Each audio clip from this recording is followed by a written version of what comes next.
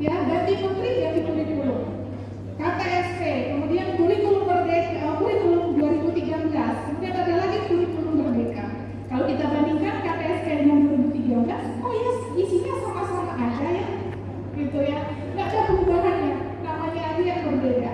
Kemudian sekarang ada lagi kurikulum merdeka. Tadi sudah dijelaskan paparan sebelumnya, yang menyusun kurikulum merdeka itu adalah orang-orang yang tadinya banyak berasal dari atau mengikuti mempunyai pengalaman belajar menggunakan kurikulum Cambridge dan Ivy. Ya, beberapa di antaranya kebetulan kami kenal.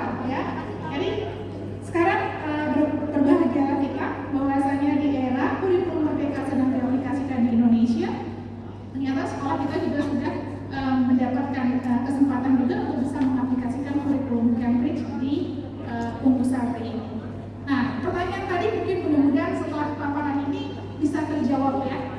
Pada saat Cambridge membuat atau menyusun kurikulum, tentunya ada hal-hal yang menjadi bahan pertimbangan sebelumnya.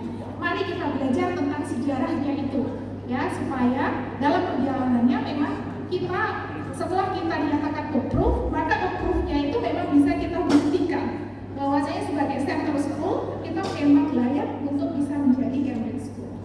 Seperti yang tadi saya sampaikan, sekolah membutuhkan kurikulum yang dirancang dengan baik dan didukung dengan baik untuk mencapai tujuan pendidikan dan mencapai visi sekolah itu sendiri.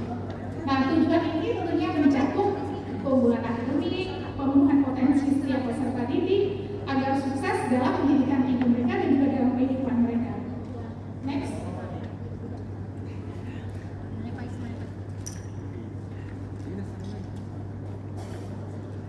Nah, kalau kita bicara tentang kurikulum, kira-kira Bapak Ibu masih ingat nggak? Sebenarnya kurikulum itu apa sih? Ada yang bisa bantu jawab nggak? Kurikulum itu apa sih sebetulnya? Oh, something like apa yang kita dapat dari kurikulum? Ya? Kurikulum? Bisa lebih jelas? Silakan Bapak.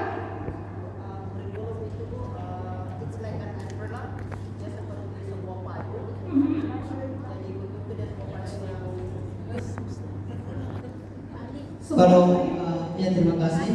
Kalau kurikulum itu yang dijelaskan itu kurikulum is like an umbrella and then it's cover dan dia semua mencakup sudah ada di dalamnya lesson plan, syllabus. So that's my opinion about curriculum. Oke, good. Ya. Jadi kalau kita merujuk ke undang-undang, terima kasih Pak.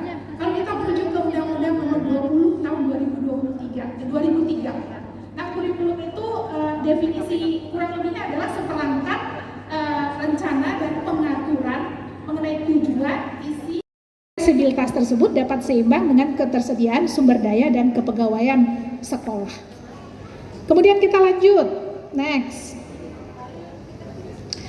Kalau kita lihat school and community, memangnya sekolah dan komunitas sekolah itu berperan juga untuk kemajuan atau kesuksesan implementasi kurikulum. Oh iya, so perlu dipikirkan bagaimana keterlibatan kelompok pendukung sekolah dan kelompok masyarakat lainnya. Apa kelompok-kelompok masyarakat atau apa misalnya institusi atau instansi-instansi yang bisa membantu kita untuk terselenggaranya program Cambridge ini dengan baik. Ya, kontribusi apa yang dapat diberikan oleh kelompok-kelompok tersebut dalam pengembangan kurikulum. Kemudian bagaimana sumber daya masyarakat lokal dapat dikaitkan dengan kurikulum sekolah. Nah, itu udah harus dicari dari sekarang. Ya, kalau kami ada di satu sekolah, kalau di Jakarta itu ya, ada beberapa anak-anak yang memang penguasaan bahasa Inggrisnya belum terlalu bagus. Nah, kalau di Jakarta itu ada namanya Ed America, mungkin ada yang tahu ya. Ed America itu ada list kegiatannya di Jakarta ya, yang biasanya memberikan kesempatan anak-anak diundang dengan jumlah tertentu 20 orang atau maksimal 20